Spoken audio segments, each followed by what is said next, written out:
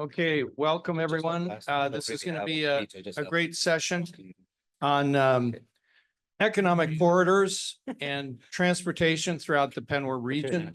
We're very fortunate to have a terrific panel that have come a long way here. And I'm going to introduce our moderator and speaker, who is the lead on our transportation committee and working on economic corridors throughout the region.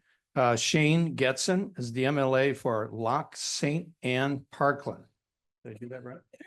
Yeah, Alberta since 2019.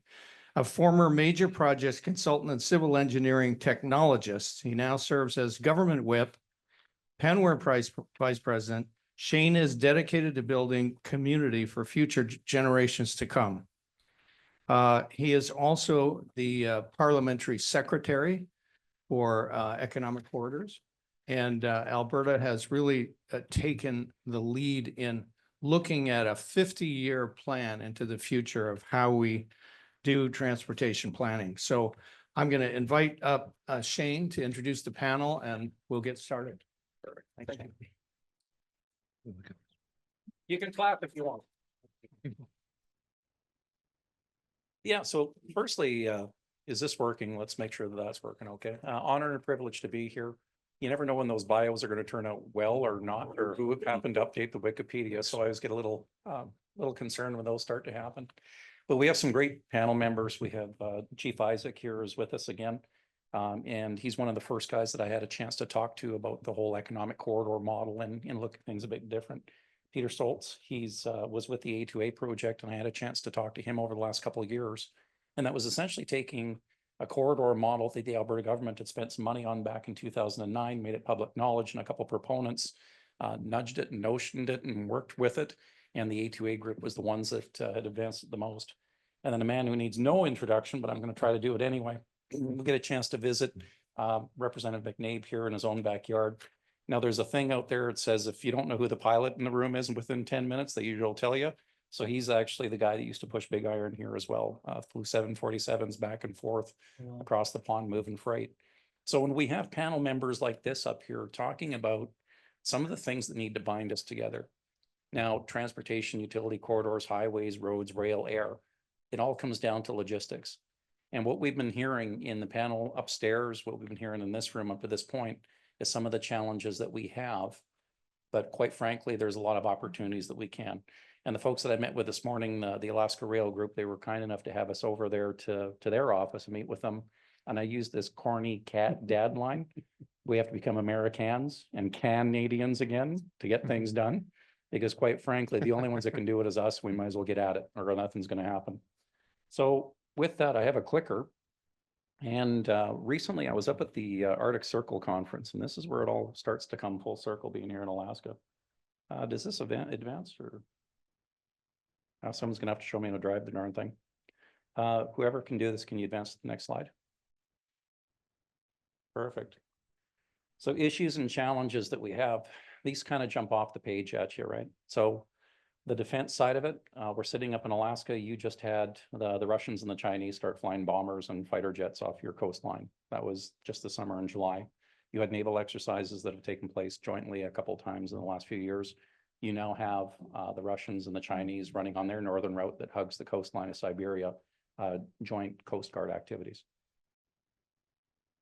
We're sitting on all this stuff. This is their backyard. They're going to try to claim it. And you also have literally the fishing stocks, the entire fleet is going to start moving north because the fish aren't stupid. They're just going to go to where the water is a little bit cooler, where they like it. And that's all on our shorelines in our own backyard. The food. Obviously, we've got hundreds of millions of people out there, and we'd heard that only a year ago when we were down in Boise, that if we don't do our job, if we don't increase ag production by 28% in the next 10 years, hundreds of millions of people starve to death. So that's up to us. We can do that. It's up to us to innovate and do that. Energy, obviously, we're talking about energy security and transitions. We just came from the plenary upstairs. They were talking about the critical minerals. These are all the things that we have in our own backyard that we haven't developed and used. And I also, with my colleague, MLA DeYoung as well, we sit on the Energy Council, so the energy producing states, and I see Steve out there from Montana as well. So we're in this group, and one of the discussions we had down in North Dakota was what happened with the critical minerals. So the US actually wrote policy and said, hey, if there's any nuclear isotopes, no matter the amount that you have here, when you're pulling these things up, we don't want that. That's very bad. We have to put a ton of red tape on it and all those activities pushed elsewhere. So literally, this is policy that we've done as policymakers that have upset the apple cart. Now that's the bad news. The good news is we can fix it, because if we screwed it up, we can unscrew it, right? So there's part of the things that we have to look at soberly in the mirror and talk about the aspirational things we want and the practical things that we need to do. Logistics, linear infrastructure. When it's taking 12 years to get a blessed power line approved, this is wrong. When it's taking 20 to 30 years to try to develop a mine, this is wrong. And the investors are sitting out there like they're in Vegas and watching the roulette wheel go around. They're putting the money on the table. They're putting all the investment in place, and they don't know where it's going to stop and if it's going to get dropped into the ball, whether you're a winner or a huge loser, because you wasted all your time and effort to get it to that point. And on the flip side of it, we need to deal with our constituents. We need to actually make sure that there's security. We need to make sure that we've got all the God-given attributes we have from the place that we were fortunate enough to be on this planet, that have all the strategic advantages that we're not taking advantage of. Tariffs, taxes, and trade competitiveness. How much stuff have we pushed offshore because it was cheaper? Like, it's absolutely crazy. It's not that we can't do these things. We've done it to ourselves again. So the next iteration of the corridor model I'd like to lay on you here really briefly is to think of it as a string. We've laid this string out across from one place to another. Now we're going to move our stuff. We're going to bring things in. What's going to impede us from actually building things and making things again? It's going to be the cost effectiveness of it. We heard it upstairs, the gent talking about the lithium batteries. But what if within these trade corridors that we put a special bubble around these zones, a tariff or a tax-free zone, that if you're bringing in offshore components, you don't tax the heck out of the components, but what you do is tax in a common sense way the finished or near finished product. All of a sudden you have that competitive advantage back in your own backyard. You can start doing that. Infrastructure and ports, that's a no-brainer.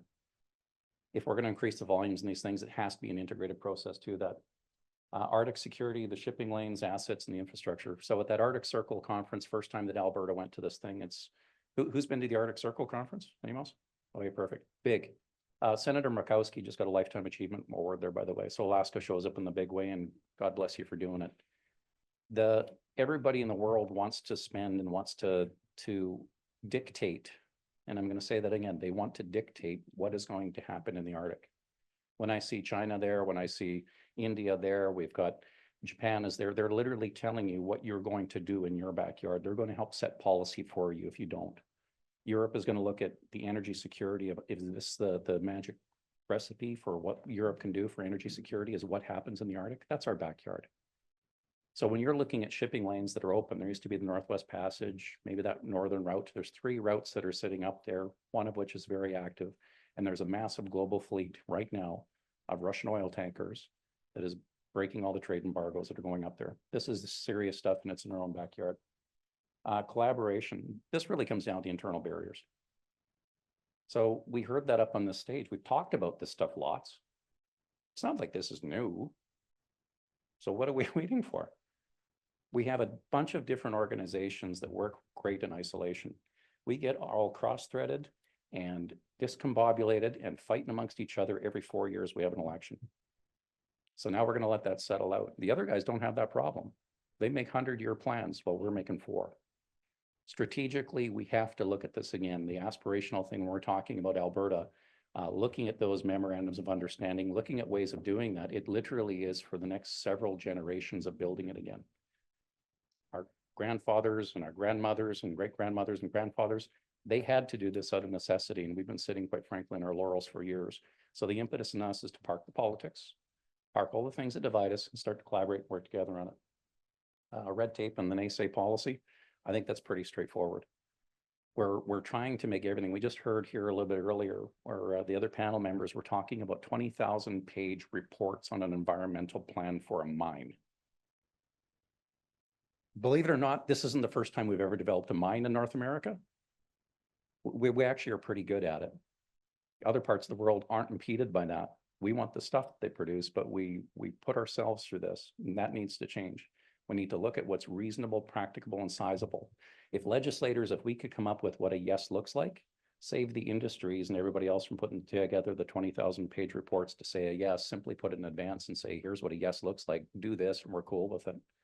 You can have the Indigenous and First Nations and the tribes, they could look at the sections that are relevant and responsible for them. They could look at those. Everybody kind of understands. But we've asked for these things and now we've made it so disproportionate. It's absolutely become impractical to get anything done. That's the bad news. The good news is, folks in this room, you're the ones that are responsible for fixing it. So we have to fix it when we can. Next slide, please. It's a good thing I only have 5 slides. Yeah, so pathways to Fortress North America. The concept out there, and back in 2009, I'd heard a retired Air Force colonel talk about strategic supply and how they looked at Canada as actually part of their strategic supply for energy. The politicians saw this 49th parallel. We never saw it that way in the energy sector. So the concept behind Fortress North America is how much can you do with all the resources you have? Why are you feeding the tiger? Or why are you feeding the lion or the dragon when you can actually be doing this stuff onshore yourself? So let's start looking at the advantages we have. Next slide, please. Here's these roads. So if you believe the earth is round, how many believe the earth is round? Oh yeah, I'm in the right crowd today. This is good. So round earth. Here's the direct route for everything. First time in 10,000 years that we're going to actually see this. You have the ice is retreating up north, and this has happened before, but as a species, we've never been able to take advantage of it. Now we can. Closest point for everything in Asia is over the North Pole. Closest point for Europe is over the North Pole. By the way, closest point for us is there as well. This is our backyard. Next slide, please. Big picture. I was at this thing. I got invited down to North Dakota, and it was the Ports to Plains conference. And they had a character actor there who played Theodore Roosevelt. I know he was an actor. I know it wasn't real, but my gosh, it was being like at Disneyland and hearing that little connection piece of the past, and you hear about some of the trials and tribulations. The Panama Canal wasn't an easy project to build, but we use that every single day. The interstate, that was something that got the country up and running and going. And because of that, all of your logistics and your transport, the great railroads that were built in the day, these were not easy. These were challenging.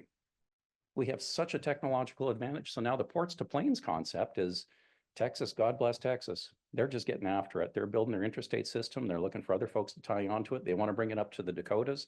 They want to bring it over to Montana. And guess what? Alberta can be the gateway to the north to bring it into Alaska. So why not connect this up? Why not make sure that your military, if they need to quickly mobilize or transport or move things, we're talking about missile defense systems. We're talking how the Arctic is getting smaller simply because of technology. Missiles are flying at Mach 10 now. You don't have the time to respond like you used to before. That's on the scary part, right? But that's a real need. So why not get inspired by Theodore Roosevelt? Why not look at the challenges that he had? This has happened before, so it should be nothing new.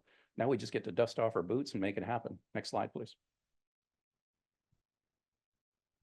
Geez, I hope that wasn't the last slide. It could have been. But the point of it is, let's start talking about what we can do in practicality.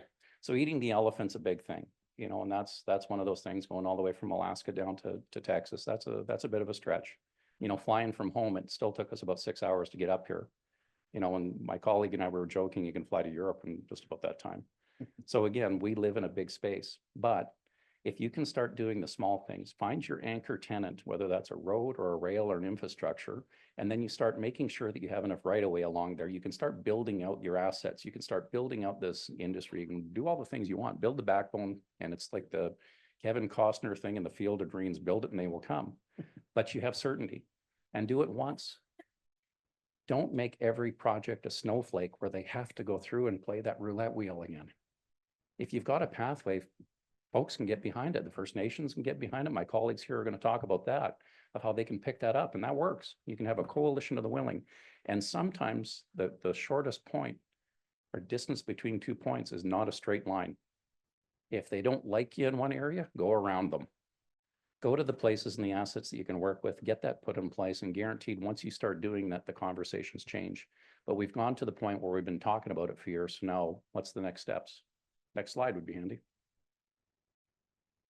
Identify and design those economic corridors, find out those paths that we can either leverage, either brand new ones or brownfield that you can do that, you can lean on and put your next big project adjacent to it. Identify the common corridors and crossings. So 2 major presidential crossings took place, 2 major presidential permits when Trump was in the last time. He had the Keystone XL for us and he had the Alberta to Alaska Railroad. Keystone XL became a political football, got yanked off with the next administration. And then the US had to go to alternate supply rather than taking good old clean Alberta oil. So you guys had to do that. The other crossings still stayed in effect. So for some reason, politics gets in the way of pipelines, but everybody likes rail. So the idea would be is to identify these critical crossings, identify the critical infrastructure that we need to put within those crossings. And I would propose, stop making the proponents go out there and play the roulette wheel. Maybe we can do it at the subnational level or the federal level. So let's grab these common crossing points of interest, make sure it's wide enough for the next 40 or 50 years. And whoever's building something, well, they can cross there at those junction points. Maybe we got to start doing something like that.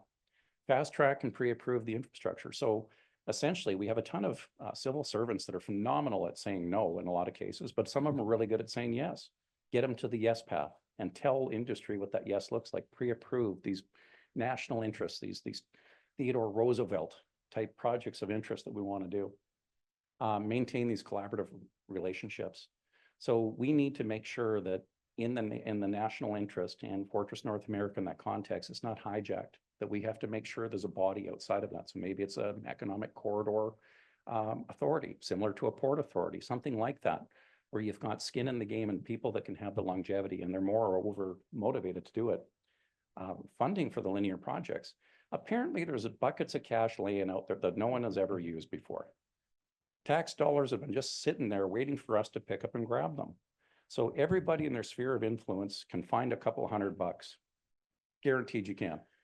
It's the same thing when it comes to the federal and the subnational levels and the state and the provincial levels. There's these little pet projects, little buckets of cash are laying around. Well, let's start getting some folks in the room and go, okay, well, maybe I can't do the one thing on my own, but I can pool that and I can put it in this thing. And all of a sudden you started to tie it together. Food is important. Logistics are important. National defense is important. Guaranteed there's a few bucks sitting in the corner that we can do that. Make sure that we actually have some skin in the game so the proponents that come up and want to do this and the industries we're going to expand, they know that they've got support and we're there to go for them. Water, food, and logistics, this is it. I mean, this is it. There shouldn't have been anything else other than national defense at the point of someone literally showing up in your doors. Like right now, they're knocking on the doors. They're bypassing. They're doing the drive-bys past your house in the middle of the night and they put the spotlight out, they're casing your place. If that isn't any sense of urgency or need that you need to think about right now, it's here. This isn't something down the road. This is something we have to get after. And let's just start building things again. Let's become Americans again. Let's become Canadians. For crying out loud, we're the ones that came to these areas, these nations, and other folks had us in here and they welcomed us to build what we have, what is new, what can be. And that's what I want to leave with you today. The simple things are define the route, make sure you got the coalition of the willing in place, paper it up, start getting it going, and simply get to work on it. We got 4 years to actually make something happen. So let's do that. Next slide, please. And that's it. So with that, we're going to have a very interactive, since we got such a small group. I'm going to call up my next speaker here. Who wants to go first? Chief or Chief? So why don't we go with Chief Isaac first, and then what we're going to do is a bit of a Q&A thing. And who has that WOVAB? Anybody have that WOVAB? Well, you can park that thing today. We're just going to do the old-fashioned way with a town hall. We're going to do very interactive Q&A, and I want this to be a constructive conversation. I'm going to challenge the audience to come up with ideas. You're going to have questions for us, and what we're going to do by the end of this, I'm going to have someone take some notes, probably Christy or Andrew, and we're going to get some action items. So the next time we get at a PNWER conference, I want you as the audience to challenge me. MLA Getson, what the hell have you done since last 6 months? We want to see some actual rubber on the road here. That's what I want to do. And I want to make sure that this is interactive. We challenge each other and we come up with ideas and ways to actually make this thing work. So with that, Chief Isaac, it's all yours.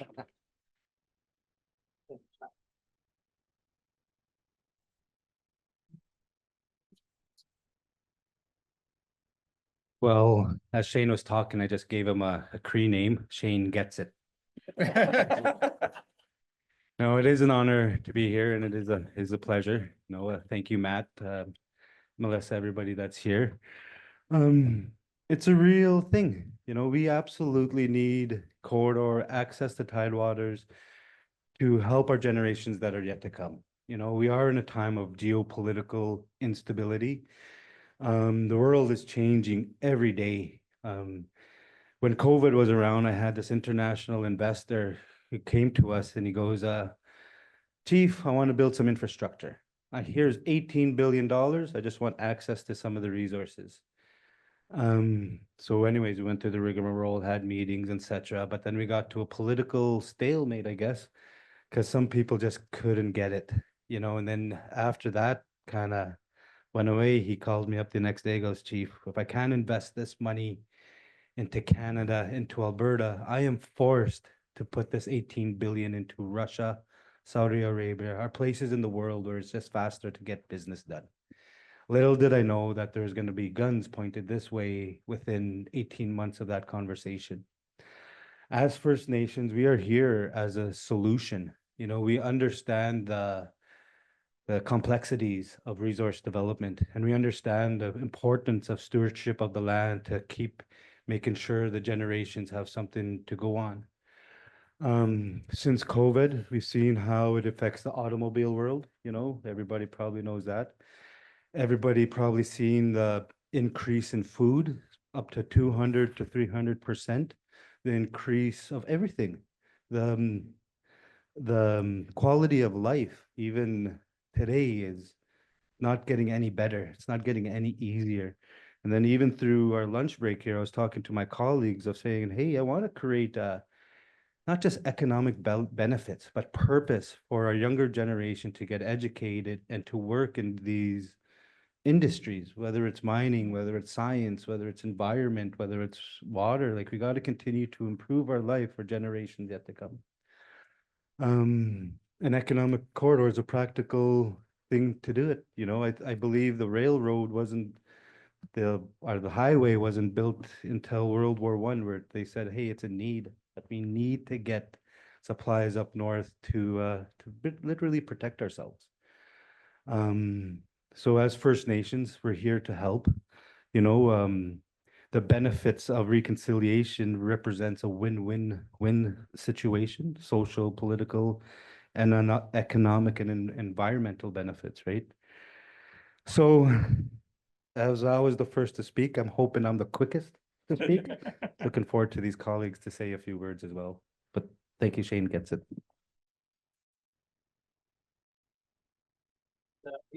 Up next, and you have the slide deck for Pete?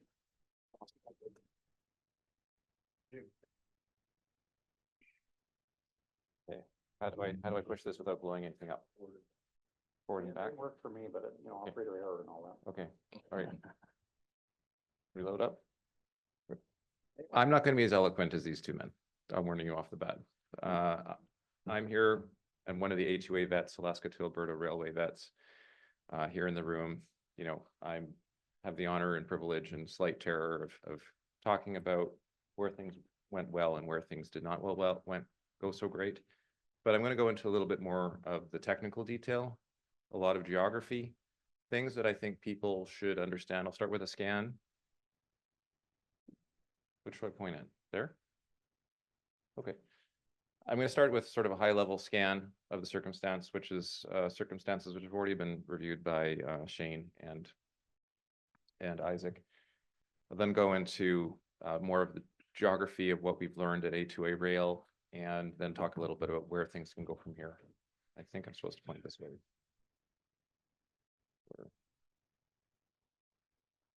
Oh, good. It wasn't just me. Yeah. No, it was. No. Okay. So what is a transportation utility corridor? It is a strip of land or a right of way. It doesn't refer to the infrastructure. It refers to the strip of land. It is consolidated, investment ready.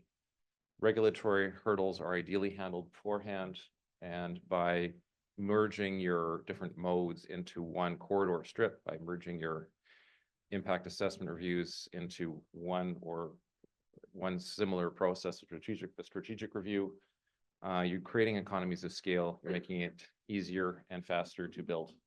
Next slide, please. And Rachel, is that laser pointer around? It's which button? Oh, okay, cool. In Canada, we're fallen behind in the last 10 years in investment, and we need an investment ready vehicle. A corridor network across our north and middle north is fiscally almost essential for us to survive financially with the coming crunch that's coming due to our debt having been doubled in the last 10 years and running extremely high federal deficits. And Indigenous co-ownership and co-governance of these corridors is essential. Number one, we're not going to get through the regulatory process without Indigenous co-ownership of these corridors. And we're not going to get through it politically without them. And I will argue that it is also the solution to economic reconciliation by building Indigenous ownership and Indigenous interests into the DNA of massive expansion in economic and population in the North and West. Okay, so quick scan of political geography. I've noted, speaking to some of my Alaskan colleagues and American friends, Canada is very complicated right now. It is 13 units, 3 territories, 10 provinces, each of which has its own political and economic sensitivities and laws and regulatory affairs, and then an overarching federal government that is, the Minister of Environment is a former Greenpeace activist who was arrested on multiple occasions, and to my understanding is looking to shut down half the Alberta oil sand production next week, which is causing a bit of a hubbaloo. How do you say that? Hubbaloo. Thank you. Hubbaloo. It's messing it up. Yeah.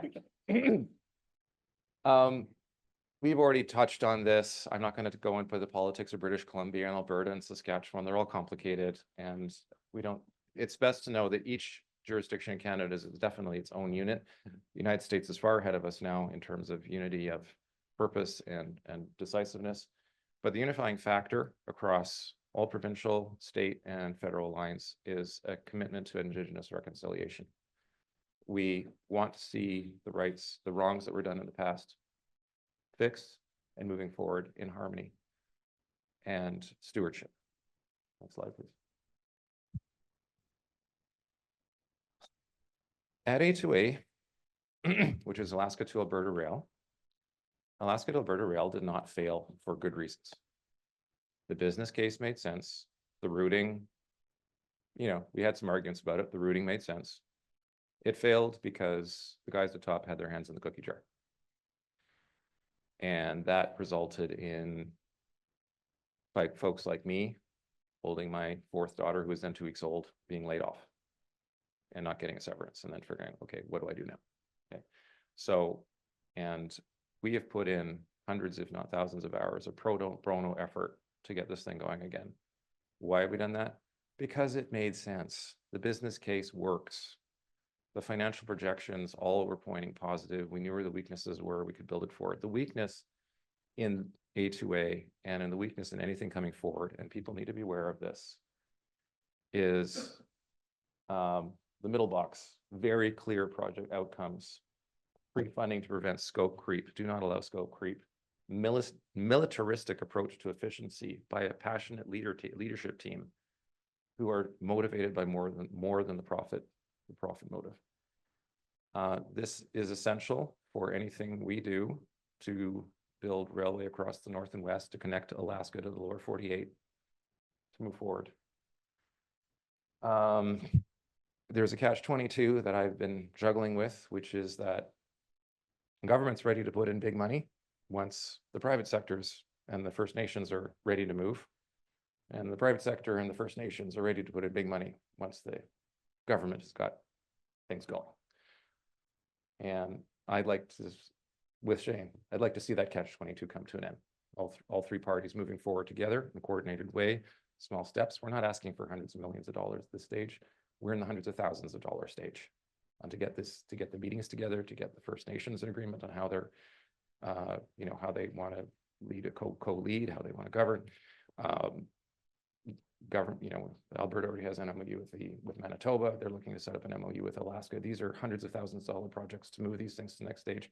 And we have got business and investors in the room, investments, project managers in the room that can bring in the billions once things are set up.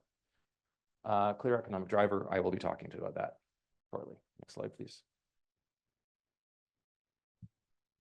What I'm arguing here is a network of corridors of tucks defined by the topographical limitations of rail. Trains are multimodal. They can carry pretty much anything. Trains do not like to go up or down, and they do not like to turn. They really dislike going up or down, and they strongly dislike turning because they are big. They like to move at 80 to 100 kilometers an hour if they can. And that's a whole lot of mass, 318,000 pounds per rail car. We're talking, when we ran the numbers for connecting South Central Alaska to the rail termini of Memphis and Chicago, we were looking at, by 2030, 250,000 containers a year. Due to congestion at US Pacific ports, we were looking at 8 to 10 million tons of general commodities a year due to congestion. So if you define your corridor, by rail, because it's the most topographically limited, you can put anything else in that corridor if it's wide enough. Power lines don't care about going up or down. They don't like turning either. Roads, obviously more available, pipelines, et cetera. And we've also have some passionate folks about putting utilities underneath the rail line into the rail bed. I won't go, that will go too much technical detail. Next slide, please. Okay. I'm going to wax. I am a geographer by education and training and a planner. I am now going to try to make this interesting, and I try to summarize about 2,000 hours of sitting in front of topographic maps, figuring out rail routes for the audience, because I feel that it's something that people sort of have to understand to have a realistic sense of how we're moving forward. I will try to go through these as fast as possible and not try to put you to sleep. But if I see any yawning, I'll understand. Okay. I call this the Great Walls of the North American Northwest. A Great Wall means trains really don't like it. And when we're talking about mountains and and I'm talking about rivers, we're talking about the canyons. Basically, to get across the orange lines or the blue lines, you're looking at 10 billion plus per crossing. Like, to get across the mountain range, you need a 15-kilometer long tunnel or more to keep your gradients proper. If you want to get across that canyon, you're talking about a bridge that's like 250 meters high and 1.5 miles or 2 miles long, and something can be seen from space. It's possible, it's just not doable.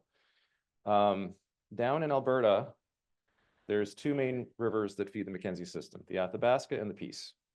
Both of them are mainly in canyons. They cut across the landscape.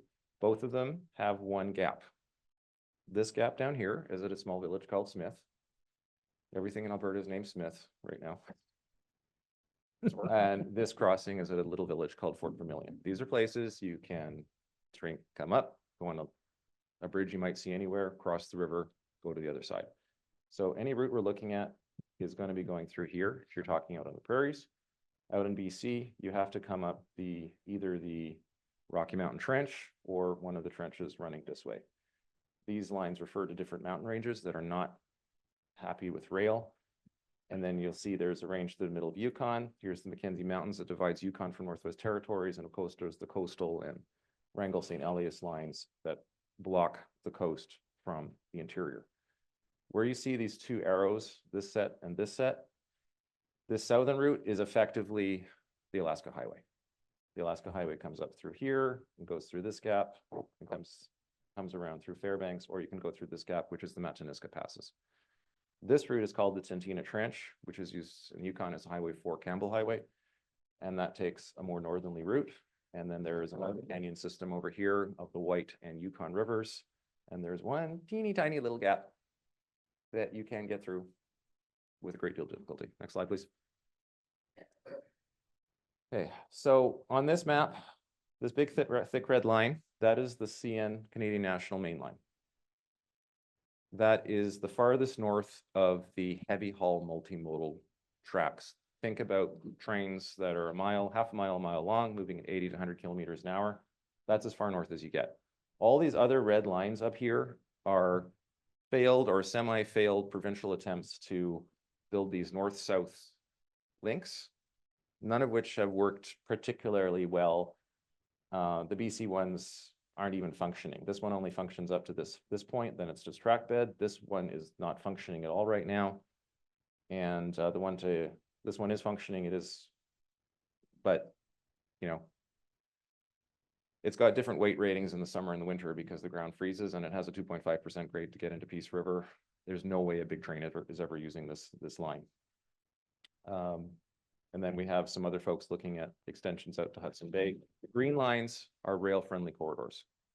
The green lines are coming, this is coming from two primary sources of information, either A2A original research or the surveyors who are on horseback back in the 1910s. A little bit of work by me, but usually I was able to cross-check my suspicion against the 1910 archive, which is at the University of Alberta website if you ever want to check it.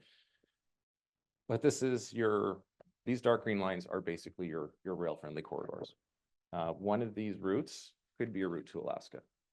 I'm going to go over a little bit more detail, try not to go too much detail because I want to stay on point. Next slide, please. Okay, here's Alaska. You all familiar with the Alaska Highway going up to North Pole, and the line to Port Mackenzie, which is under development. A2A did have engineered a route from Tok to Valdez. That was a little premature because it seemed to make more sense actually to transfer fuel products at Tok and just use the pipeline. And there's not a lot of space at Valdez for port facilities. There's some talk about the DoD extending this line down to Delta Junction so they can access their military base over here. But this route has essentially been mapped out in some detail. At Tok, you have a split. You've got one line which goes through the Ladue River, whereas the current Trump presidential permit is right where I'm pointing right now. That's for crossing there, which takes you the Highway 4 Campbell corridor through Yukon. And this is the Alaska Highway corridor. Next slide, please. There's basically two routes through the Yukon with a couple of derivatives. This is the Alaska Highway route through Whitehorse, and this is the Highway 4 route. Both converge at Watson Lake. There's two possible derivatives here. One is going along the Teslin Valley, which connects the two, and another one which is farther north, which has been surveyed as far north as here. This is effectively called following the McMillan River. Part of what I wanted to show on this slide is the location of where the main deposits are, because the Yukon NWT border is a hotspot. We've got Cantung. Cantung is the one that's not right. It's Mactung, which is up and coming. That was a major tungsten producer. We've got Selwyn, which is a major, Donald is the expert, I think it's copper zinc, very large deposit. Fireweed has been, the fireweed at the McMillan Pass area has been finding resource after resource, major deposit after major deposit. Mactung is now large enough a tungsten deposit to be of interest to the DoD, and they are now talking directly to Fireweed, apparently. Way up north is Crest, and nobody has heard about Crest, but it is one of the largest iron ore deposits on Earth, one of the top 6. Last time I read it was about 13 billion tons of iron ore. We're grading it between 50 and 65% purity. Most of it is now locked up in the Peel land use plan of Yukon, which fortunately not a park, it could be revoked, but it is right on the border. That is, and then Fireweed has also purchased Gaina recently. So you have these string of very large deposits along the NWT Yukon border, and that's part of what sort of, it's pulling the rail farther north to access. And then there's Andrew deposit, which I won't go into, and then there's Casino, which is ready to go, except they can never figure out the transportation, and the railway would go right past it and they would be operational the next day. Yukon is a hotbed for potential mines if we have rail access. Next slide, please. BC or NWT. Once you get to Watson Lake, you basically have 4 ways to get to the lower 48. You could follow 2 routes through the BC, one of which follows the Highway 37 corridor to Kitwanga. This is like a hop, skip, and a jump from the BC coast. So I don't think this one is really on the running, because you're basically going to within 100 miles of Prince Rupert, and then you're making a turn hard right and doing 1,500 miles to Alaska. So I don't think that one's going to go. There is a track bed here that connects in with Fort St. James near Prince George. That is a little bit more realistic. It was built in the 1970s and then abandoned. And then A2A created discovered this beautiful route that weaves through hills and mountains and crosses at Fort Liard. And then there's the Alaska Highway Corridor, which connects in at Fort Nelson. Once you get to Fort Nelson, this track bed is effectively shut down and there's a very large canyon right here. So I'm not really looking at this one very seriously. I'm not really looking at going the Mackenzie route either. It's too far north. It adds kilometers for nothing. And then from Fort Liard, you can follow an NWT route that plugs in this way to Zama City, or you can just build this across the flats to Zama City. Zama City is where a pipeline to Norman Wells terminates. So there's still a trillion cubic feet of gas at Norman Wells or something, and some zillion number of barrels of oil that's slowly fading away because you have to go through the Mackenzie Environmental Impact Review Board, which you referred to indirectly. It's one of classic case of how regulation can shut down big projects. From Zama City, you can get to high level, which I expect would become quite a large logistics center with where this will done. And then you're connecting in with what I showed earlier. The one good crossing in Alberta is at Fort Vermilion. And then the next crossing is down at Smith. Next slide, please. I bring this one to show how it's going to get through Alberta. You've got one crossing you can't avoid here and another crossing you can't avoid here. So you have to get between Smith and Fort Vermilion. There's three ways. The A2A route was going to start here and then go up, but they were only interested in one commodity, which is bitumen. If you had this route, then the fastest route is to go down this way. But if you look at this in terms of a continental scale, you know, Memphis to Anchorage, then it adds 150 kilometers for not a lot of help. These lines in the middle are kind of skirting around the base of these not very big hills. Cars, you barely notice that they're there, but trains don't like these hills because they're about half a kilometer high. And then there's another route which would follow the east side of the Peace River and connect in with existing rail at Lesser Slave Lake and then down into the Edmonton area. Now, this is a blow up of this area here, which is northeast of Edmonton near Fort Saskatchewan. This is where I think the continental system needs to plug in.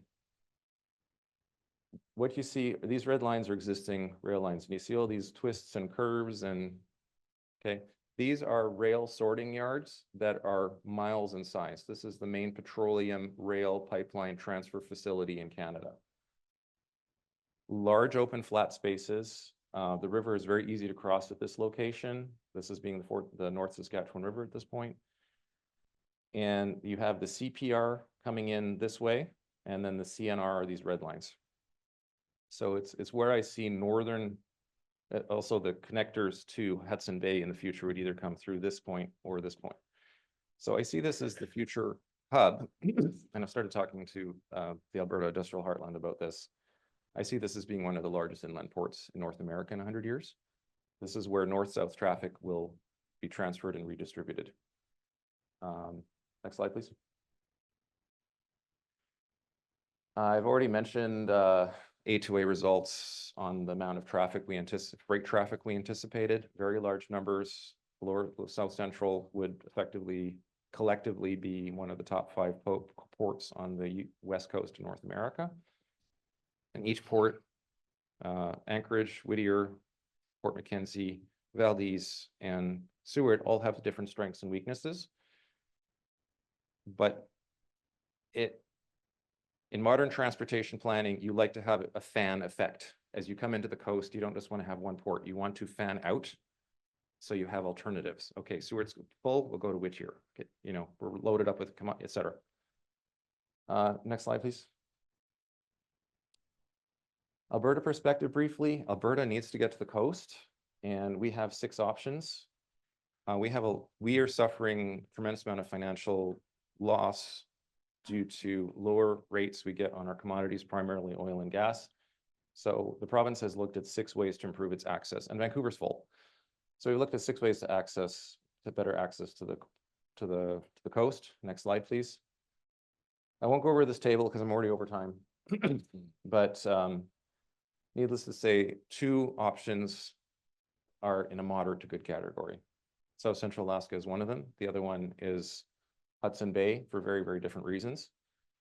And connecting to either of these was with some interest also in improving access to to the Prince Rupert area.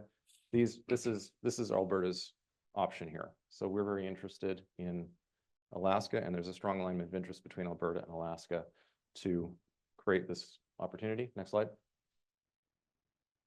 Integrating defense. Shane has already went over this, so I won't go into great detail, but what I can see as being reasonable is having some kind of a package service, probably from Elmstrom, which is at Great Forks, Montana, up to Eielson, which is near Fairbanks. So the US military, if it needs to ship whatever, it packages them up nicely at a train, gets it onto the main track, brings it up to Alaska, unloads there. And do it that way and do it properly, high quality rail. You're not gonna be dealing with, trains falling off and bombs falling out of the train, which would be a worst case scenario, which is what we want to avoid. Okay, working for a railway, you want to provide customer service. You know? Okay, next slide. I'm almost done. I'm pushing this idea because I think it's cool. The Moose and Gator. Imagine getting on a passenger train at Miami Central Station. Half a mile long, thinking like a Snowpiercer, first class at the front with slides, and farther back you have like steerage, people in, economy. 2 weeks, 8,500 kilometers, longest passenger service in the world. Maybe you've got a maybe it's separate trains. You have the luxury train and then you've got the steerage train. I don't know, whatever.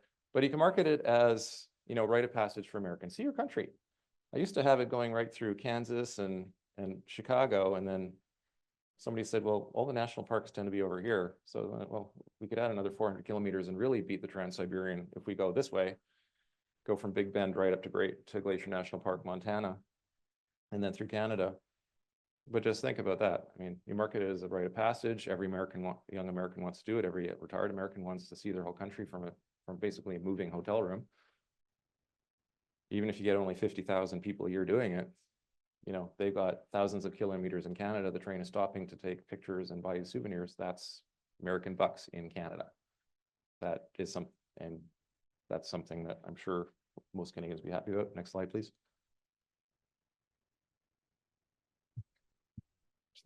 Fair enough. So name an operator. I get asked this question a lot. We don't have it. We have all these ideas, but Alltrack, Aurora Rail, Dominion Northwestern, Northern Lights. I personally like Dominion Northwestern because it's when Canada was founded, it was called the Dominion of Canada, Northwestern because it's in the Northwest. And I actually kind of like the colonial name because I'm like, this is about reconciliation. If it's an Indigenous owned project with Dominion Northwestern, it's kind of like going back and healing past wounds while we move forward. That's my interpretation. People disagree. That's fine. We haven't decided. Possible operators: Canadian Pacific, Mexico City to Anchorage, Canadian National, New Orleans to Anchorage, maybe Alaska Rail. Alaska Rail goes all the way down to Edmonton. I don't know. New Indigenous owned operator is another option. And then finally, nobody operates it. The track is owned by a separate company, and it rents out time slots. That's becoming more and more popular in the rail world. There's one company that owns the track, and they just rent out time slots. And that ensures that there's competition between operators. Next slide, please. Next steps. Interprovincial routes in Canada are not possible under the Trudeau government. They will simply never get past the Minister of Environment. What my associates have been doing is trying to define shorter hops within Canada that may work intra-provincially, so not crossing provincial borders. We're focusing now on asphalt and sulfur exports from Northeast Alberta, much to the great delight of Brian Jean, colleague of Shane here. We're also planning to do some opportunity costing on this outright tanker ban that Trudeau implemented on Prince Rupert. No oil and gas is allowed to leave Prince Rupert forever, basically. And we're looking intra-provincially, but Trudeau government is not going to last forever, I hope. I'm sure he would like it too. Yeah. Okay. We do need to start moving forward on real development permits for the different potential jurisdictions, and we're looking at NWT or BC, so I would pursue both. And Indigenous groups have to be in the driver's seat, or this is not going to happen. And I mean, like, actually in the driver's seat. This is exciting stuff. This is like, you know, $100-200 billion investment. I'm looking over this way for a specific reason. The A2A assets that remain are the Trump-approved A2A crossing permit, which I suppose we could go to Trump and say, could you issue another one under a different name? And then agreements between Alaska Rail A2A and the past work by the lead consultants of A2A who were never paid. So even though I have it, I can't share the information because then those companies will say, well, okay, we want you to pay for that $7 million. And I think that's the presentation. Next. Okay, I hope I didn't bore anybody too much. Thanks, bye. Well, I didn't see the PNWER Express up there. I think that should be another option we could put on that trip. With that, Representative McCabe, you could tell us a little bit about Port Mackenzie.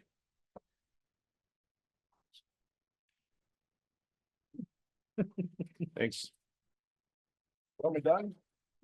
So Shane just gave me the secret handshake. It's the 3 B's, you know, be brilliant, be brief, and be gone.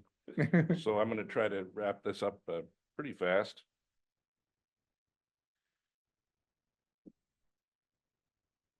One of the things that Shane said earlier, and sorry, this is my joke, but it doesn't take a pilot, it doesn't take you 10 minutes to determine who's the pilot in the room. He's the guy with the big watch. His breath smells like peanuts, or in the case of Alaska Airlines, pretzels, and he has the stolen hotel newspaper under his arm. So I'm curious, we've been talking about Point Mackenzie Rail Extension and the Northern Rail Extension for, I don't know, 3 years, 2.5, 3 years at all these PNWER meetings. I think the time to talk about pulling the trigger with respect to PMRE and the Northern Rail Extension to Canada, it's time to talk about it now. Who's going to pull the trigger? In any big project, you have the what, where, who, how, and when. I think we know the what. I think we know the where, as Peter showed us. Now we need to find out who. Who's going to do it? How are they going to do it? And when are they going to do it? Who's going to pull the trigger? I can't. I have to have 20 other legislators in the House, 11 in the Senate, and a governor that will sign off on the bill. But somebody needs to pull the trigger. Folks, we're building cathedrals here. We need a long-term horizon. Alaska has failed. We have failed in the last decade or so to complete a number of projects, one of which is the Point Mackenzie Rail Extension. There are others.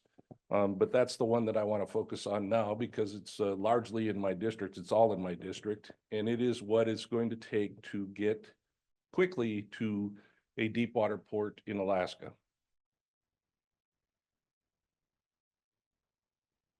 We can't continue to just fund projects that are in the horizon of our employment or in the time horizon of our legislative office.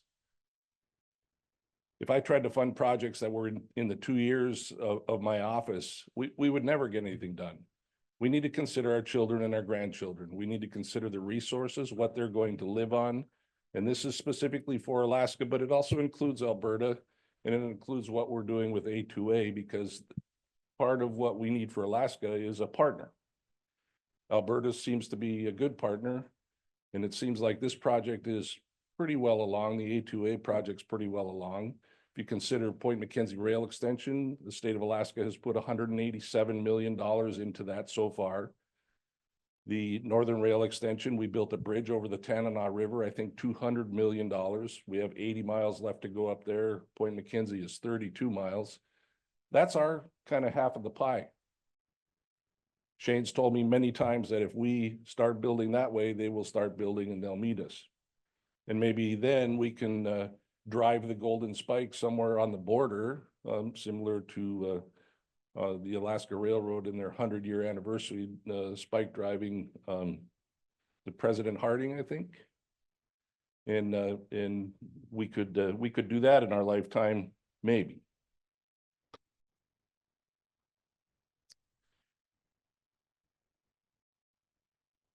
So what is an economic corridor? What is a multimodal corridor? What does it contain? What is it part of? I think that the vision we think of just a railroad is too limited. It could be gas, Point McKenzie rail extension, 32 miles, could contain gas, it could contain electricity. We're talking about expanding our rail belt, electricity, expanding our grid. Shoot, even the Alberta, the Northern Rail extension could contain an electrical line. We have, I think, 37 cross-border MOUs for electricity between Canada and the United States and the lower 48. Why not add one up here? Alaska is desperate for a grid sort of situation where we don't have to depend on the extension cord that runs from Homer to Fairbanks. We could have some sort of other different type of power that comes into our grid. So the extensions, the rail extensions and the multimodal corridors are very, very important to us. Gas, Point McKenzie rail extension could contain a gas line that goes from Beluga all the way on up the rail spur up to north of Willow. Right now, we're kind of stuck just north of my hometown of Big Lake because of pumping pressures. So there's a number of things that we could consider. We could put this project together, these projects together. And I think as the chief said, and as we've heard before, if we take small bites, I think we can get it done. But there needs to be a big plan. There needs to be an overarching plan of what we are going to do. Who's going to do the small bites? And how are we going to get the funding to do that? So currently there is, I think, 2 years left on the BIL law. It's the bipartisan infrastructure law. Is that what I stands for? Infrastructure law? Yeah. So we need to take advantage of that, I think, or it's going to go away. It's going to sunset in 2 years. So we have a finite amount of time to finish this, to do this, or to at least get it funded and get it started and at least get the planning and the projects in the works and moving forward. With the new president, President Trump is very interested in Alaska. He's very interested in our infrastructure. He's very interested in our resources. We heard the critical mineral discussion upstairs at RDC for lunch. We're uniquely positioned, Alaska is right now, to fall off the cliff into greatness. We just need to have the courage to go forward with these projects, to understand that we're building cathedrals for our children and grandchildren, not for us. So I think that's brief enough. And I guess we're going to take questions. Yes, sir. All right.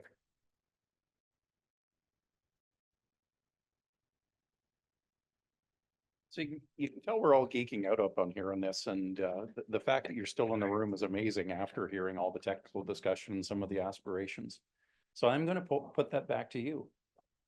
If you had a chance, if you had the Etch-a-Sketch, to quote our generation again, if you had the chance to reset it, what do you think you could offer or ask these members that are taking their time here today? What do you think they could do, or what would the impact be locally in their area? So does anyone have any ideas or questions locally? Okay, we'll start this out. We'll go over to Chief Isaac. So what locally do you think, if we had this mapped out on paper, again, looking at next steps, if we had physically a corridor mapped out in your area, what would that do for hope or aspirations in your community? Well, first, I'd say get her done. To be honest with you, there's nations and neighbors that are actually have the aspirations to create alliances and to really look at this in a serious manner. So I am actually going back home and taking a possible map saying, hey, would you be willing to work and approve this? And to be honest with you, a lot of the nations are saying yes. There is a willingness in First Nations territory to do big things, so to speak. As long as we are part of the solution, as long as we know we have skin in the game and real ownership, real to take our critical thinking and things serious, you know, whether it's good, bad, or ugly, that we need to be a part of the whole gamut of getting this thing done. And I think there would be some good indigenous names too, like Asani Rail. I'm just joking. Asanis is my middle name, so that's it. But to be honest with you, not just in First Nations territory, like we also have neighbors, local towns, local areas that know we need this critical infrastructure. You know, we need to create the jobs and the economies for the future, right? So it's definitely a win-win. Well, and part of it too, I think we've been so predicated over the years that, you know, our counties and our communities and everything is built up around the railroads. So if you look at the east-west passages that took place in Canada, probably 80 to 90% of our population hovers literally right around the first railroads that were built. So from our side, and I'm going to jump into the financial side here a bit, as far as funding. So recently we just hosted the Kuwaiti, basically the Kuwaiti Bank wanted to come over to Alberta and talk to us about a Sukuk lending model. We also had folks from India that were over here looking at investments. Literally, they're looking for the long range, the long strategy plays. They're looking for opportunities to invest because the Belts to Roads initiative that China's doing, everyone's very aware of, and they want to counter to it, quite honestly, because they're not sure of where they're going with that. So as far as opening it up for investment opportunities, maybe Kevin, I'll turn to you on that. What are you seeing and what are you hearing out there once we start looking at these corridor models? Does that start to resonate with folks? Does it make sense? So yeah, I think so. And I think the corridors resonate mostly, you know, when you think about what they can do for us. So let's step back a little bit and look at the North Slope and the discussions that went around oil up there.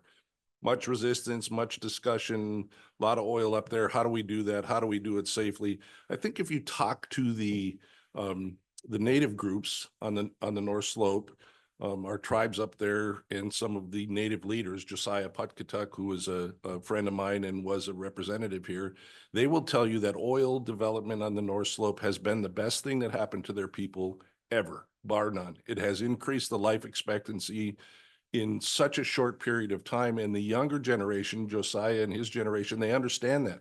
They're looking for development. They're looking for not just rail, but they're looking for what can we put together with rail to make it least impact on our you know, on the grounds, but the most impact for our people. And I think anything that we can stuff into a rail corridor, sorry, Mr. O'Leary, but besides the rail, anything that we can stuff in there and keep it from running across the tundra, whether it be broadband or, and so we keep our lands and our ecosystem pure, and we just take this small little footprint, I think is going to be extremely valuable to anybody that's concerned about the ecosystem, as well as concerned about the life expectancy of their or their lives and their children and their grandchildren. Yeah, well, and that's a good balance too. And I mean, we all want to protect the planet. There's no question. We're not talking about ripping and tearing and making a big mess out there. There's permafrost issues to deal with. There's roads and rivers and rails and all the things along there. There's caribou sensitivity. There's all of that. But I would propose that for people at this point in stage of the engineering, the expertise that we have to put into this, it's not insurmountable. And we can do this better than most areas. And this is going to be intergenerational. You know, I'd mentioned here earlier today in our conversations, the worst thing about railroads is it's labor intensive. And the best thing about railroads is it's labor intensive, not just the one-time deal, operating and running this multi-commodities for generations and generations. So when we talk about, and just upstairs at the lunch, and that was a pretty sobering conversation, where we're talking about mental illness, we're talking about Alaska being the #1 in suicide rates. Some of that comes down to that mental well-being is being productive, being part of something, bringing in all that growth, the other amenities that go with it. And to think about someone at the end of the day sitting down around the fireplace and saying, I was part of that. I was part of the group that stitched North America together. I was part of that group that's grown this area for a number of years. We've been consistently draining to the south. So maybe Peter, with that on your side, you're talking moose to gators. In your interactions with some of the other communities out there through that, what stories have you heard? What are some of the hopeful ideas that are out there?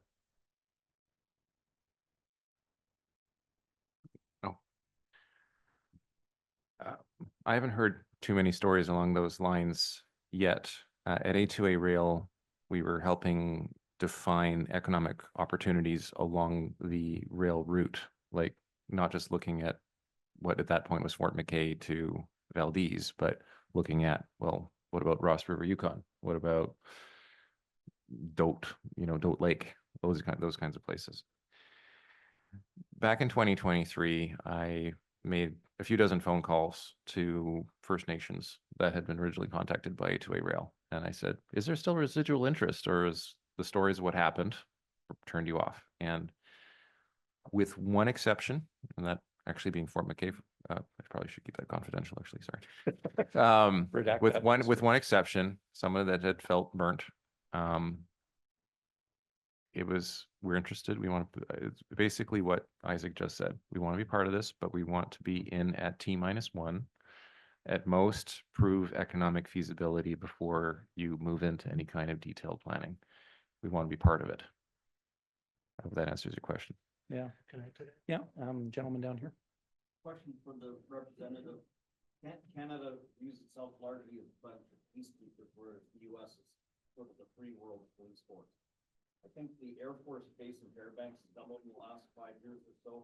Can you talk more about geopolitics and defense? I think I did read that Russia and China had a joint naval exercise in the Bering Sea or something in the last 6 months. So Canadians don't really do a good job of understanding that kind of thing. We couldn't even shoot a balloon down over the Yukon. Yeah, maybe you don't give the Canadians enough credit, I don't think, but here's the deal. The Arctic right now is going to be the next frontier. Frankly, there's trillions of dollars of resources up there for development. Canada is a big part of the Arctic. They have the most shoreline at risk, I think, except for Russia, not at risk, but in the whole Arctic nations. The US is only an Arctic nation because of Alaska. And so we, I think, need to work with Canada and find a way to protect that Arctic. The Chinese, you're absolutely right. The Chinese, whether it's running an LNG icebreaker tanker across to Russia to prove a point, or a Chinese-Russian exercise together, which was unprecedented, or the number, I personally have been intercepted by bear bombers in a Coast Guard C-130 before, and it's not fun. And thank God our Air Force is there, and oftentimes you see them, away they go to intercept the Russians. They are definitely testing us, pressuring us. So we need to develop a strategy to to protect that asset, to protect those resources up there, much of which is in Canada. And right now, frankly, we have 2 ways to get up there other than by water. We have the road in Mackenzie, right? And we have the Dalton Highway, both of which are in horrible shape, frankly. So a lot of what we're talking about with economic corridors could be a Fairbanks or somewhere north railroad going all the way up to the North Slope. Rail would make sense if we need to get assets in place pretty quickly. A lot of times the weather on the North Slope isn't good enough to haul them up there via an airplane. So having said it that way, I think that we need to collaborate. The U.S. absolutely needs to collaborate with Canada and talk about how we're going to protect those the northernmost shoreline, if you will. So I don't know what to tell you other than, welcome to the party, pal. Well, and part of it too in the past is we always thought of it as the Great White North. We've always lived south in our own country as well. And there was this big thing that we had, which was distance and space. So the weapons technology now, and the military gentleman in the room, had nodded earlier, instead of a missile flying at Mach 1, Mach 2, it's Mach 10. It literally shortens up that distance. And what you saw was a response that Russia has done.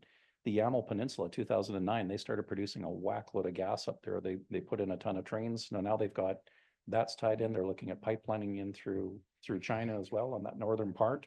And along that coastline, if you can see just over here, if I can get this darn thing to work, this is open ice. There's not a ton of big pack ice up there anymore. It's thin ice. They can actually keep open waters. And some of the slides I've seen before will take it out to this extent, kind of to about here, is where you've got permanent ice. So they're literally running that route in our own backyard. So the north for us is their backyard as well. And we just haven't paid attention to it for years. And that's where all the other nations, when India's over there looking at it, when China's over there looking at it, when Japan's over looking at it, when Singapore's looking at it, they're trying to set global policy in what happens in our own backyard. And we have been ignoring it for years. So hence the economic corridor shift. It also has a defense strategy to it to make sure that we can mobilize, we can have activity in those areas. And quite frankly, we take our own backyard before somebody else gets it from us. There's a gentleman back here. Hi. My concern is that, yes, we want an economic corridor. We want an energy industry here. We want mining. We want all the others. But if we as a group leave wildlife to the environmental community and don't address that, then we're in a lot of trouble. While I'm here, I'm getting emails from environmental groups contacting our members in the Native community to be their poster children, to stop these projects. It's a daily event that is occurring. And you wonder how much power they have. Well, how many of us know that in 2008, Alaska officially became the least productive wildlife state in the nation? How many of us know that it's easier to catch a king salmon in New York State than it is here? Look it up. Shane. So my concern here is that we become active in this area. We are the only state in the nation who has the largest landowning group that is not allowed to manage wildlife on their own property. And that has been the key. It's cost us the salmon, it's cost us the moose. And if we ignore it, it'll always be the boogeyman in the closet, and our people will continue to be poster children. We don't want to be poster children. We want successful operations. We want completing interests, not competing interests. And that's why we're so jealous of First Nations. They've succeeded in developing the completing interest model. We have yet to do that here in Alaska. Yeah, and we put a model for what's called the Alberta Indigenous Opportunities Corporation. So there's two parts, and I'll answer that. We had maybe I'll go back a little bit. There was a lady by the name of Vivian Krause. So what she started doing was looking at who are funding the protest communities and who were looking at riling up some of the First Nation partners or legacy chiefs as well. And what she did was turn that over to us as the Alberta government. We took it from there. It was amazing how many foreign funded interests were trying to lock our assets here and get us fighting amongst ourselves. That is an absolute fact. There is an issue and a challenge with that. Part of what we did with the Alberta Indigenous Opportunities Corp was we took $1 billion and we sat it on the table, basically, because a lot of the First Nations groups couldn't get lending, they couldn't get financing. So originally we opened it up for energy projects. As long as you have a decent business model, you go through, basically the Dragon's Den. If you've got a viable project, here you go, we'll backstop you. And then that unlocked a ton of equity and capital. So now we've got First Nations communities developing power plants. They're developing manufacturing facilities. They're tying into the tourism trade. We've opened it up for agriculture, for infrastructure. All of a sudden, everyone's participating in it. And again, on the environmental side, there's things that we would never do that were done 60 or 70 years ago, just in good conscience. We understand better now the biology, the sciences behind it, the animal behaviors, both good and bad. And we also know where the boogeyman is, that people are starting to deal with it. So the whole economic corridor model allows for that collaborative effort, all of those items to take place well in advance before you drive that first railroad in place or before you put that first road in place. So it has to look at each interjurisdiction. So Alaska is going to have a little bit of a different model, but the continuum of that is, where do you hand over the torch? Do you hand it over at the Yukon border? Or are you going to British Columbia? So wherever you interface, that's where the next group takes that in consideration. But it is still, make no mistake, one economic corridor. And that helps that model a bit. I don't know, Representative McCabe wanted to speak in that, and then Chief Isaac. Thanks. So what we're discussing here with the economic corridors is not animal management or fish management. We're talking about resource development. The development of resources in Alaska has not significantly affected our animal populations. It's the overhunting, the overfishing, it's the trawler bycatch. There are a number of things that have affected it. You can look on the North Slope and see the herds of caribou that walk underneath the pipeline. So I know that the environmental groups are trying to sell this thing to folks that that any kind of development in Alaska is bad. I will tell you that Alaskans develop things better and cleaner and with more respect for our environment than any other entity on the planet. And if we don't do it, there is going to be other countries. If we don't do it as clean and as good as we do, there are going to be other countries that do it without the respect for the environment that we have, and it is going to affect us as it blows across the Pacific or comes across the Arctic. So which would you rather have? Should we let China develop everything and all the smoke and mirrors, or the smoke and pollution come across the top, come across the Arctic, come across the ocean and affect Alaska? Or should we develop those and develop them cleanly? Do we have problems with wildlife and with fish and coho and chinook and moose and everything else? Absolutely.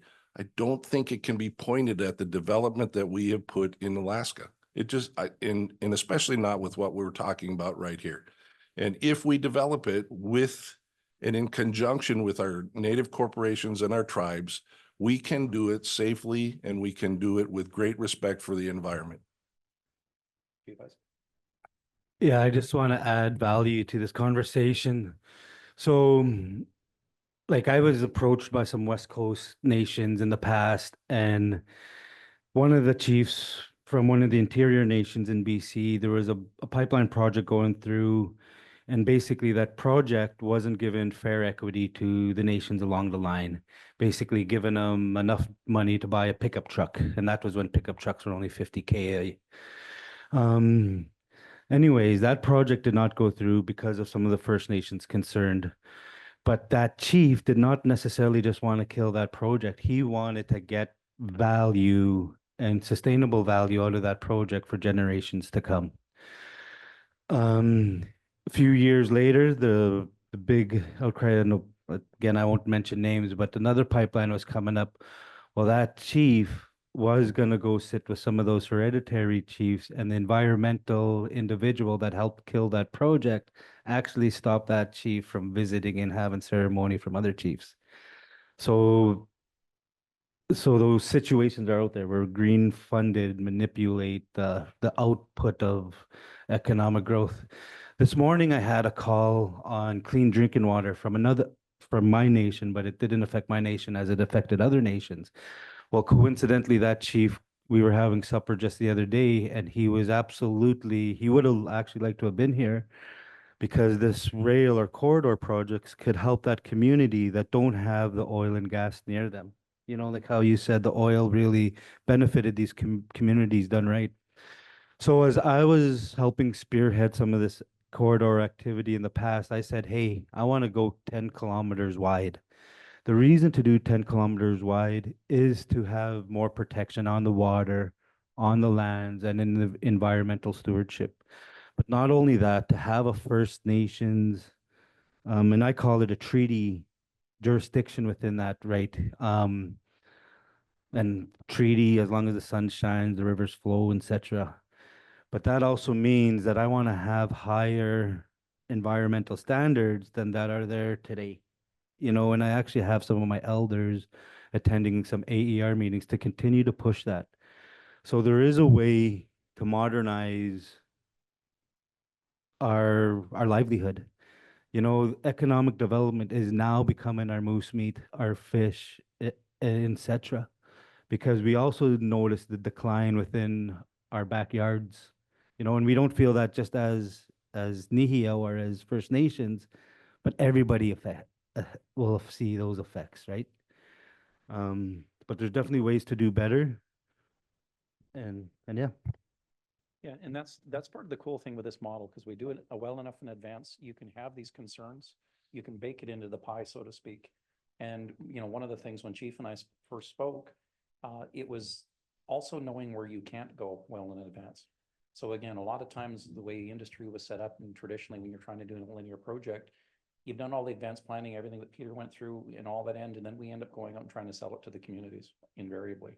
And that model, quite honestly, is a bit bass backwards. You need to go to the communities first, talk about the concept like we're doing in this room, find the areas of sensitivities, find where the sweet spots are, and then go back there. And I can fire up my engineering teams and the procurement teams and everything else we can build around that model.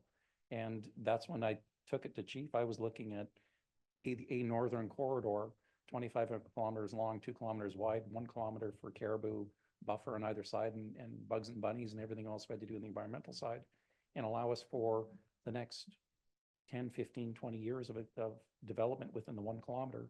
And when Chief came back and his biggest criticism was, can you make it 10 kilometers wide? Sold. It's a different concept and we just have to get our heads around it. And once we do that properly, we do all the things we've talked about. And you're always going to take care of your own backyard best because it's your home.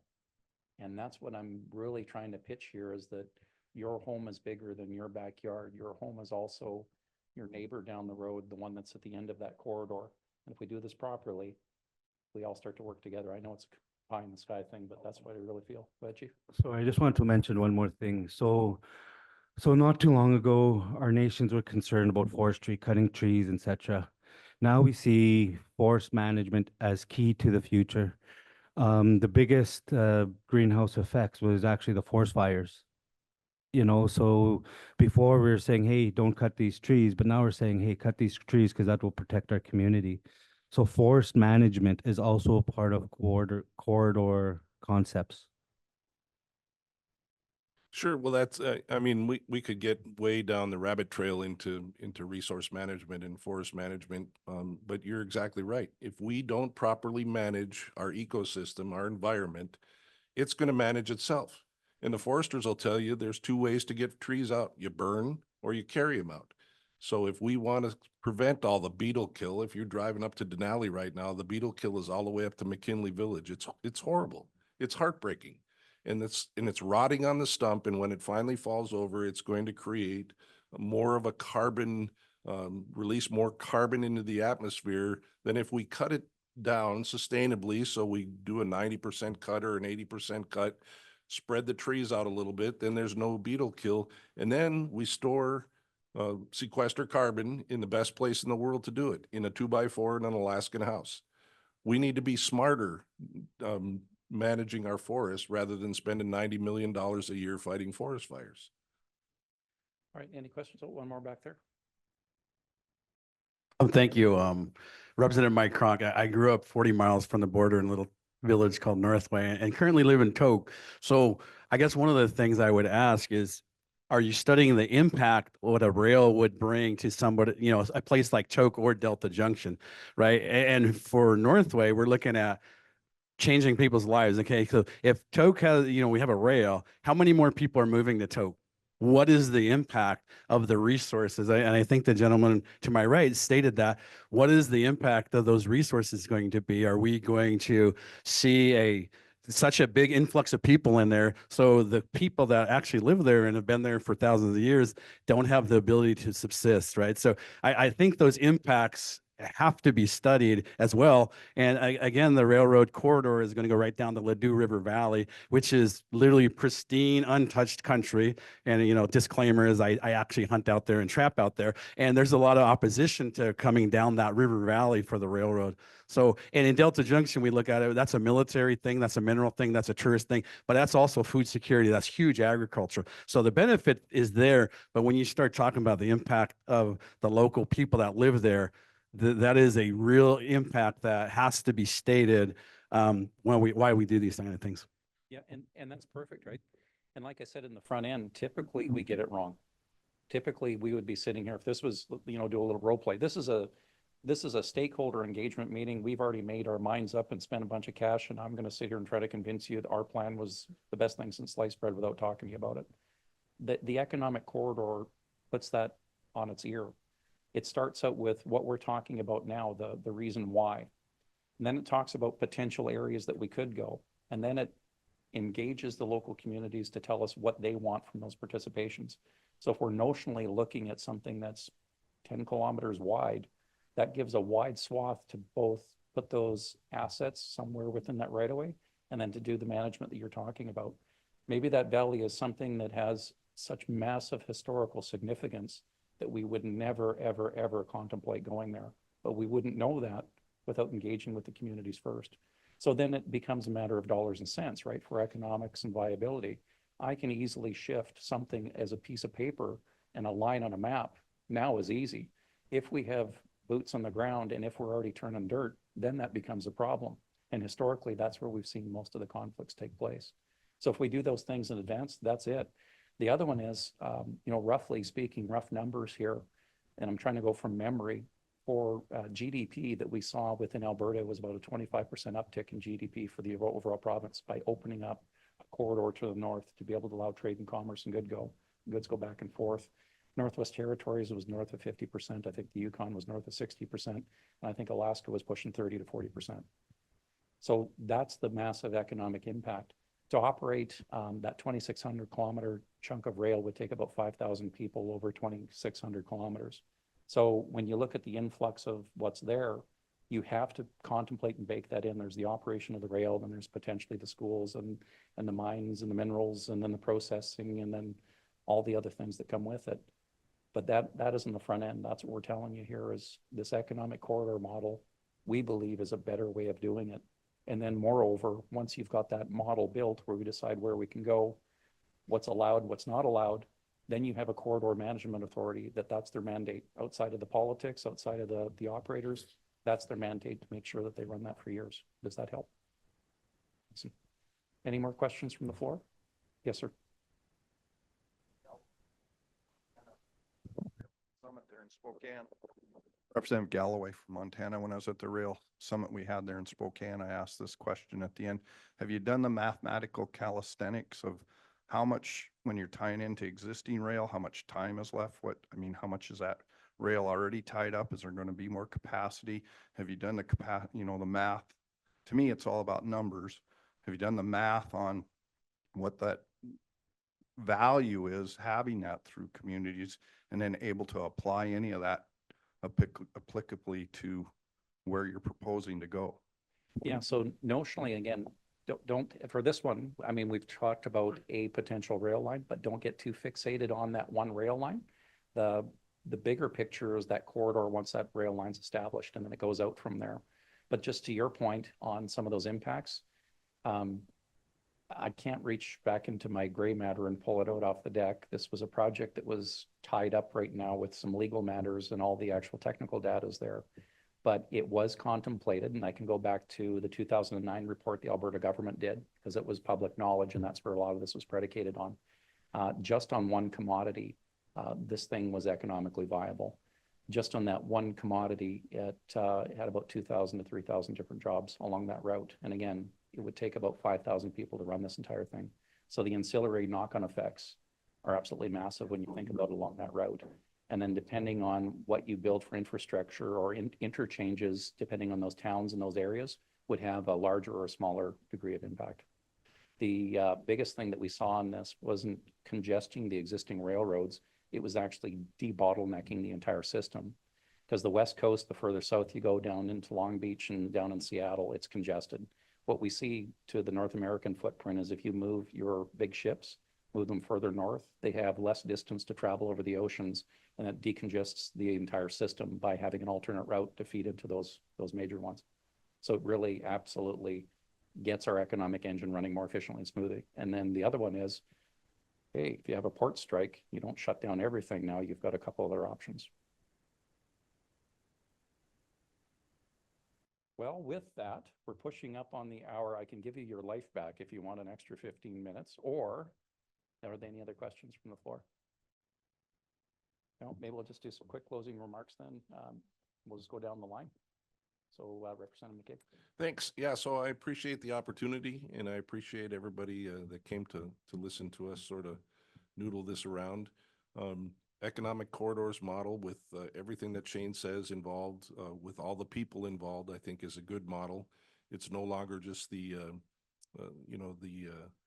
robber barons of the previous rails putting in a rail and then dealing with the populace afterwards. It's engaging everybody before we decide where we're going to go and what we're going to put in there.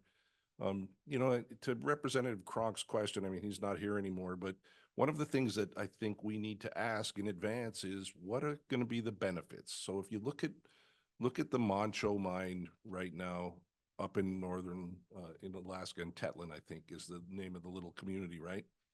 I wonder if you ask them how it's working for them for the economic development, people that have been in a small village that has had no economic growth or any kind of economy for decades, and now suddenly they have jobs. and they can buy Christmas gifts and they can build houses and they can send their kids to school and they can send their kids to the doctors. I wonder if there was a before and after, if we could talk to those folks that are still here and alive, and whether or not that economic development actually benefited their village. And they had input onto that with that mind. They had input in the growth of that mind. That's what we envision here with the economic corridors. We want everybody to have the input that they need to have and to get the benefit of that corridor as well. It's not just for us to move goods from A to B. It's for economic development for the state of Alaska, for Alberta, for Canada. It's for defense. It could be for so many things, but we need to have all the stakeholders involved in discussing it. Yep. Awesome. Peter? Thank you. I want to thank everyone again for your patience in listening to my long monologue. I think the takeaways that a few of us are really hoping to see is move towards an Indigenous co-ownership model for corridor ownership and management. And second, some sort of corporation, which would be probably focusing on building the first railway. I see those two as possibly going hand in hand. The A2A approach did put the routing too early before communicating with the First Nations, but one thing that the A2A approach was doing that I think was right was define 22 or 23 regions for economic development along the corridor to look at opportunities, constraints, opportunities, threats, et cetera, and then work with local leaders and economic developers in each region independently, but then also think about creating that linear economy as part of the moving towards the impact assessment process. So I think that that's an idea that probably still holds some validity. And yeah, in some cases, as you saw in the maps,